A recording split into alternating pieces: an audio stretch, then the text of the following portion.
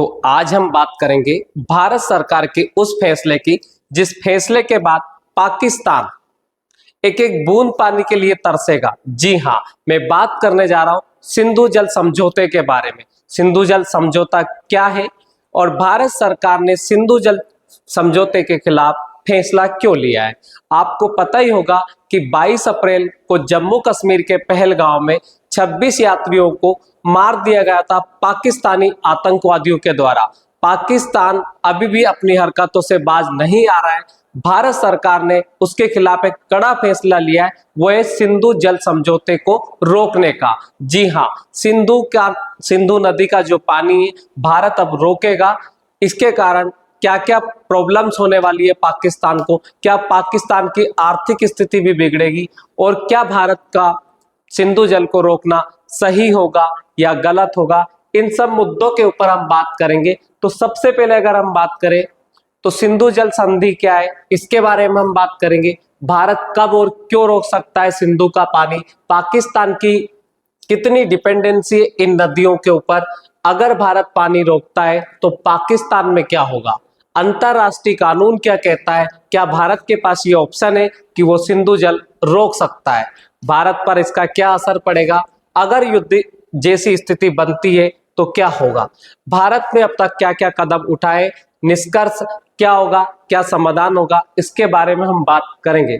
तो सबसे पहले अगर हम बात करें सिंधु जल संधि क्या है। जी हाँ, सिंधु जल संधि की अगर हम बात करें तो जो सिंधु नदी है और इसके साथ कुल मिलाकर 6 नदियों का पानी भारत और पाकिस्तान में बांटा गया है सिंधु जल समझौते के तहत। तो 1960 में यह समझौता हुआ था। इस संधि की अगर हम बात करें तो इसको करवाया किसने था, तो वर्ल्ड बैंक ने इसमें मध्यस्थता की थी और भारत और पाकिस्तान दो इसके पक्षकार थे। उद्देश्य था दोनों देशों के बीच में सिंधु नदी का जो जल है उसका बंटवारा कर दिया जाए। अगर हम बात करें कौन कौन सी नदियां इसमें शामिल हैं, तो सिंधु नदी या सिंधु रिवर सिस्टम के अंतर्गत 6 नदियां आती है और किस नदी को किसको दिया गया है, कौन किस नदी का पानी यूज कर सकता है, ये हम देखेंगे। तो इसको पूर्वी नदियां और पश्चिमी नदियों में बांटा गया है। तो भारत को पूरी तरीके से 3 नदियां इसमें दी गई, रावी, सतलज और व्यास नदियां। ये 3 नदियों का पानी पूरी तरीके से भारत यूज कर सकता है, किसी भी काम में भारत सरकार चाहे उसमें यूज इसको ले सकती है। रावी, व्यास और सतलज, इन तीनों नदियों को पूर्वी नदियों के अंतर्गत रखा गया है। अब पश्चिमी नदियों की अगर हम बात करें, इसके अंदर रखा गया सिंधु को, झेलम को और चिनाब को। ये 3 नदियां पाकिस्तान और इसका कुछ भाग भारत को दिया गया है। पाकिस्तान को ज्यादा हिस्सा इसमें दिया गया है और भारत को इसमें सीमित हिस्सा दिया गया है और सीमित उपयोग के लिए दिया गया है। अब हम देखेंगे कि किन किन यूज में भारत इनका यूज कर सकता है, इनके पानी का। आप इस फोटो में देख पा रहे होंगे कि ये इधर आपका चाइना है, अफगानिस्तान है, ये पाकिस्तान और ये इधर इंडिया है।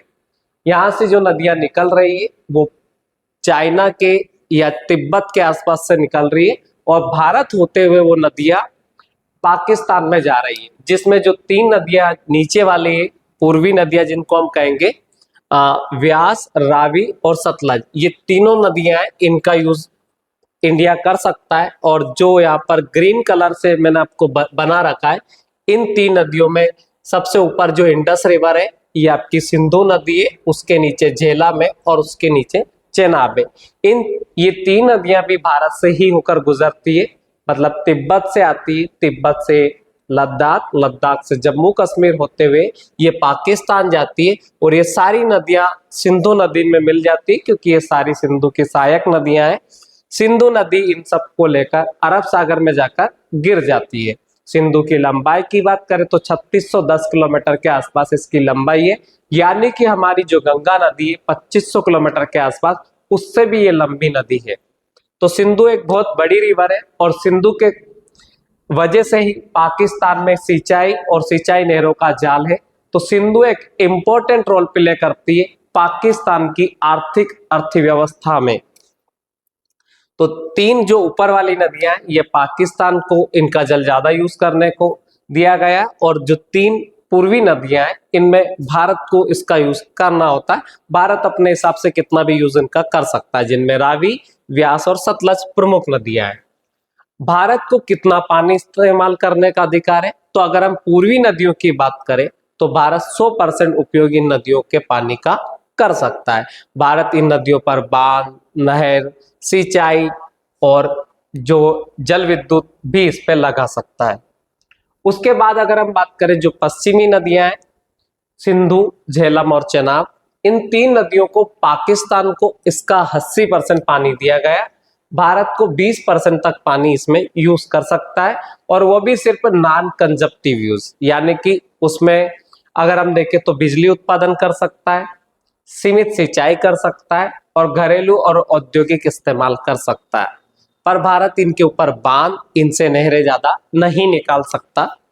और उसके बाद में अगर हम देखें कि कुछ प्रमुख प्रोजेक्ट जो इन नदियों पर भारत सरकार ने लगा रखे, तो किशन गंगा जो प्रोजेक्ट है ये झेलम नदी पर है, जम्मू कश्मीर में अभी स्थिति इसकी चालू है। पकुल डल की बात करें तो ये चिनाब नदी पर है, जम्मू कश्मीर में ये निर्माणाधीन है। रत्नागढ़ डैम सिंधु नदी पर है, लद्दाख में अभी ये प्रस्तावित है। उसके बाद में अगर हम बात करें कि भारत की रणनीति इसको लेकर क्या हो सकती है, भारत क्या कर सकता है संधि के अंदर रहकर, मतलब जब संधि को ब्रेक भी ना करे, संधि के अंदर रहकर भी भारत क्या कर सकता है, तो पश्चिमी नदियों का अपना पूरा 20% पानी यूज कर सकता है, बांध और पनबिजली संयंत्रों से दबाव बना सकता है, डेटा शेयरिंग रोक सकता है, जैसा कि भारत सरकार ने 2023 में किया था। भारत की क्या शिकायतें कर सकता है पाकिस्तान, क्योंकि अगर जल का ज्यादा यूज करता है इंडिया, तो पाकिस्तान इसका इंटरनेशनल लेवल पर दबाव बना सकता है, बड़े बड़े कंट्रियों से भारत के ऊपर दबाव बनवा सकता है। पाकिस्तान अक्सर भारत में प्रोजेक्ट पर आपत्ति दर्ज करता है, वर्ल्ड बैंक में जाता रहता है, जिससे भारत के बहुत सारे प्रोजेक्ट रुके हुए।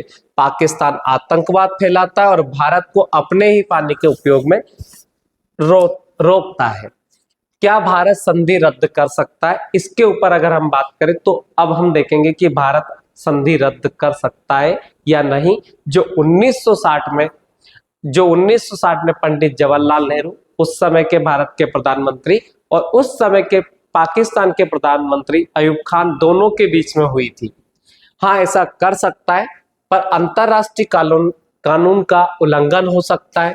भारत की छवि जिम्मेदार कंट्री की है और जो धूमिल हो सकती है। पाकिस्तान इसे युद्ध का कारण बना सकता है, और पाकिस्तान चीन को भी मना सकता है कि भारत में जो ब्रह्मपुत्र नदी जाती है, तो चाइना पाकिस्तान का फ्रेंड है, आप सबको पता ही होगा, तो चाइना भी भारत के खिलाफ ऐसा षड्यंत्र कर सकता है कि ब्रह्मपुत्र नदी का जो पानी वो रोक सकता है चाइना, और वो जैसा हम सिंधु नदी का पानी रोकेंगे ऐसे चाइना भारत का भी पानी रोक सकता है। दूसरा इसका बहुत बड़ा कारण यह हो सकता है कि अगर हम अभी सिंधु का पानी रोक सकते, वाकई में हम पानी रोक सकते हैं, लेकिन जब बारिश होगी और बारिश के टाइम सिंधु में बहुत ज्यादा पानी आता है, उस स्थिति में भारत सिंधु नदी के पानी को कहाँ ले जाएगा। दूसरी कि इसके ऊपर अभी हमें डैम बनाना होंगे, अगर इसका पानी रोकना होगा तो ये एकदम से बहुत डिफिकल्ट हो जाएगा।